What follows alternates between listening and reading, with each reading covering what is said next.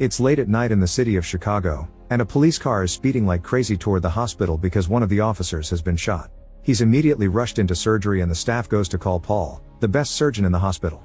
He asks another doctor to finish up and hurries to see the cop, but unfortunately is too late, the officer has already died. The next morning, Paul has breakfast with his wife Lucy and their daughter Jordan, who has been accepted to college in New York. Afterward, they leave for Jordan's soccer match, where Paul and Lucy are very supportive of the girls. However, there's a father that keeps getting mad over every detail and yelling obnoxiously. Paul politely asks him to shut up, and the guy gets mad, starting an argument that soon escalates into the man trying to get violent. Lucy cuts in and takes Paul away, causing the guy to call him a chicken. After the game, the family goes to a pizza place with Paul's brother Frank. Paul agrees to lend Frank $2,000 and Frank teases him for his salary, which is overheard by the valet Miguel. He also hears that the family will be away tonight, so when he goes to pick up the car, he takes a picture of the address on the car's sat-nav. In the evening, the family is getting ready to go out to celebrate Paul's birthday, and they gift him a fancy new watch. However, at that moment Paul gets a call from the hospital and he has no choice but to go to work and postpone the celebration. Lucy and Jordan go shopping for groceries instead, and when they return home, there is a suspicious van parked around a corner. Jordan goes upstairs to call her girlfriend, and Lucy is in the kitchen baking a cake for Paul, not noticing an ominous figure behind a door. Suddenly Lucy notices her cookbook changed pages because of a breeze coming from the window, which is supposed to be closed. When she moves to close it, she discovers muddy footprints on the floor. Realizing that someone broke in, Lucy yells for Jordan to come downstairs, but a robber is already hidden in her bathroom and captures Jordan when she tries to leave the room. Then Jordan is taken downstairs and it's revealed there are 3 criminals, who threaten with killing Jordan if Lucy doesn't cooperate. Then the leader takes Lucy to the safe to make her open it and put all the family's valuable belongings in a bag. In the kitchen, one of the robbers tells his partner not to fool around with the knife, making him put it down before he goes outside to look for a rope. Now that they are alone, the knife guy uses the chance to harass Jordan, only to be interrupted when his friend comes back with the rope. He asks the other thief to stop because they don't cross that line, and an argument ensues. Since they're distracted, Jordan takes the chance to grab the thief's knife and cut his face, resulting in the other guy hitting her and throwing her on the ground. Lucy returns with the third robber and seeing the commotion, she grabs a pot of boiling water and throws it at a robber's face before telling her daughter to run. However, the criminals have had enough and begin shooting. At the hospital, Paul is in the middle of surgery when he hears about 2 incoming female patients over the intercom. He lets his coworker finish this one and rushes to help, but the other doctors don't let him work on this case. By the time they finally explain what's going on, Lucy is already dead, and Jordan is in surgery. Not believing it, Paul goes to check on the body anyway, getting incredibly upset by the sight. Afterward, detectives Rains and Jackson ask Paul a few questions and make a list of all the items stolen from the safe. Frank arrives too and shouts at the police officers for not taking the recent crimes in the area more seriously, but Paul tells him to calm down. The detectives try to assure Paul that they will catch the culprits. At that moment a nurse announces that Jordan has come out of surgery alive but in a coma, and Paul sticks to her side. Sometime later, Lucy's father Ben is the one to speak at her funeral. On their way back, Ben stops the car in the middle of the road and looks at something on the ground. Furious for some reason, Ben gets back into the car and rushes to his property, where there are 2 poachers who immediately start running away. Ben gets out and starts shooting at them, but they escape. Paul is in shock, but Ben says they can't rely on the police, since they only arrive after a crime has taken place. He thinks that sometimes men need to take matters into their own hands, and then he shoots the deer that the poachers injured to put it out of its misery. Sometime later, Paul is driving and talking on the phone with Rains and is disappointed to hear that there are no suspects yet. His bad mood causes him to shout at a homeless man who is trying to clean his car window. Afterward he goes to visit Jordan and finds her girlfriend reading to her, and Paul is thankful that his daughter has support. As days go on, Paul starts going to therapy. He talks about how he is unable to sleep in the bed, so he sleeps on the couch. He also recalls his unhappy childhood riding trains by himself to avoid his father. So he started to do the same now just to think. Every suspicious guy on the streets reminds him of the men that took his wife, and he regrets that he has failed to protect his family. The therapist assures him that healing is a process and it will take time. His days pass with him reading to Jordan, riding trains, and trying to hang out with Frank, but mostly being depressed on the couch. Eventually he becomes more understanding and gives some money to the hobo to clean his car windows. Weeks pass and Paul still hasn't received any updates on the case, so he goes to see Rains in person. He questions the detective about the DNA samples, but they didn't match anyone in the database. Rains' office has a board with all of the open cases he is currently working on, and only a small portion of them have been solved, showing the lack of resources to tackle them all properly. Later in the evening, Paul is leaving the train station when he notices 2 men harassing a young woman. He calls them out to leave her alone, but the guys get angry and they beat him up instead, although at least the girl gets to run away. When he gets home, Paul watches TV and discovers an ad for a local firearms retailer that leaves quite an impression on him. The next day, he goes to that retailer and the shop assistant shows him all the different weapons they have. However, he must fill in a bunch of paperwork and take a gun safety class, not to mention the security cameras everywhere, so he says he'll think about it. Sometime later, Paul is in the hospital attending to another gunshot victim. When they move the body for surgery, a gun falls out of the patient's pocket, so Paul kicks it under the operating table to retrieve it later, hiding it in his clothes.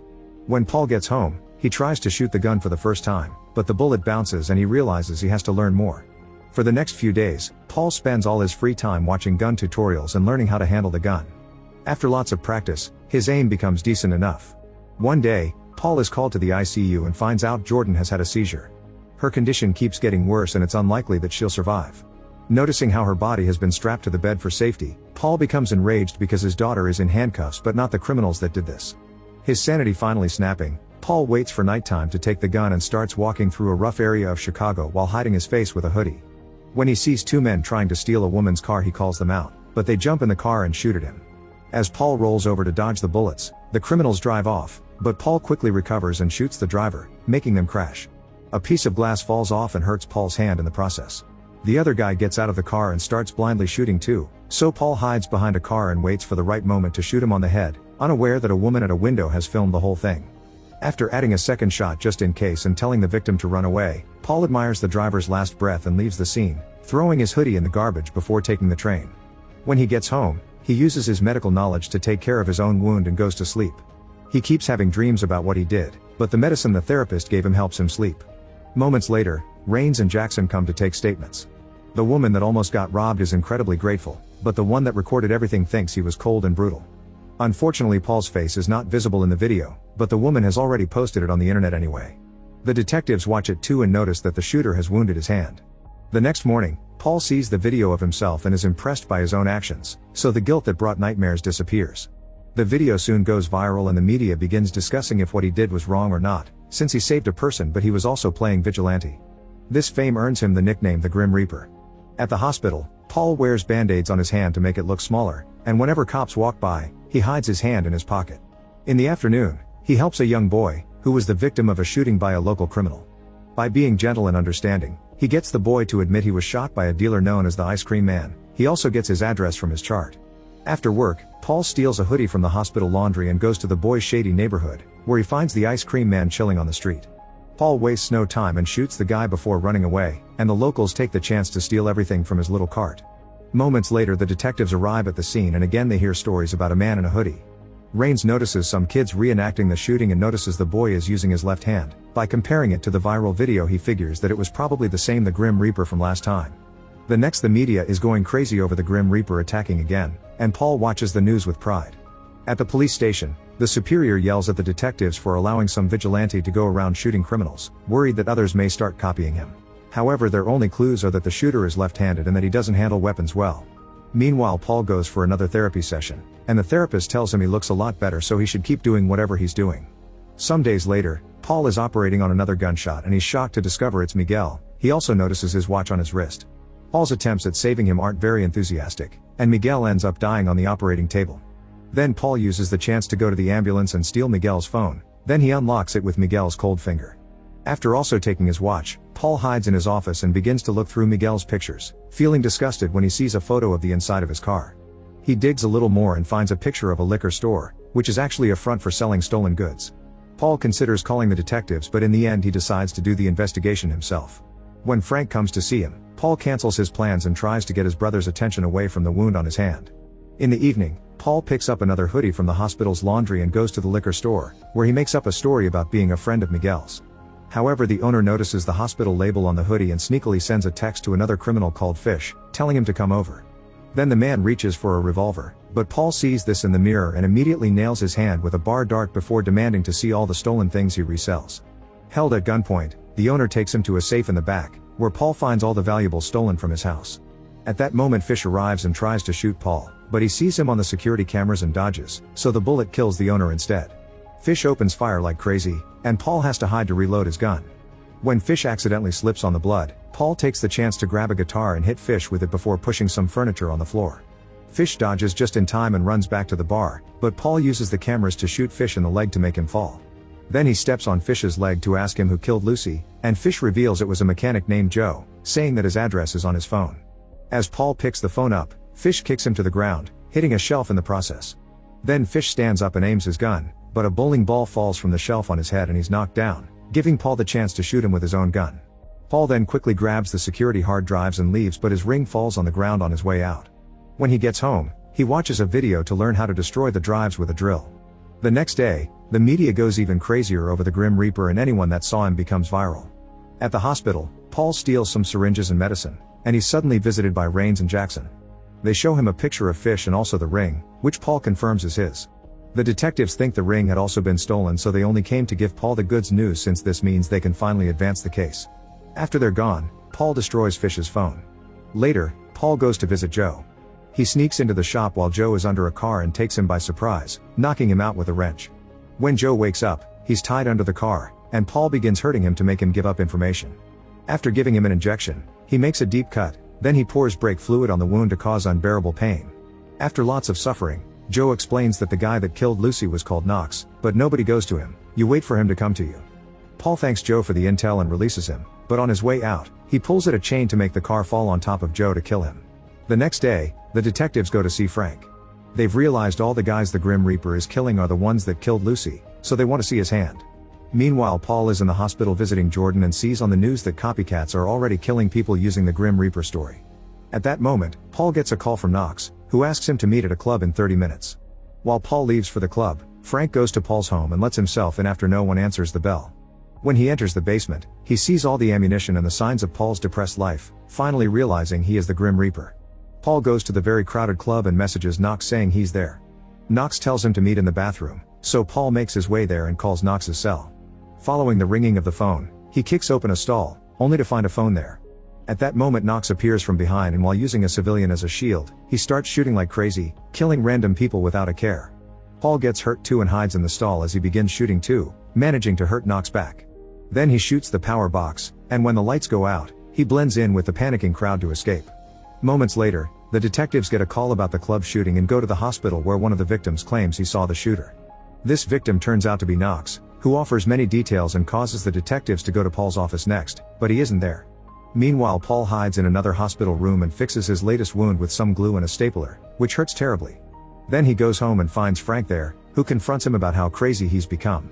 Paul justifies himself by saying he had to do it because no one else would. Their conversation is suddenly interrupted by the detectives ringing the bell, so Frank gets the door and tells them Paul isn't there. The detectives don't believe him, but they can't do more without a warrant and leave. At that moment, Paul receives a call from the hospital informing him that Jordan is awake. He rushes there, and after having a warm reunion with his daughter, he has to tell her that her mother is dead, causing Jordan to have a breakdown. Now that Jordan is better, Paul promises Frank that he won't be a vigilante anymore. A week passes and Jordan is finally allowed to go home, and the detectives come to ask her some questions, but Jordan doesn't remember anything from the night of the attack.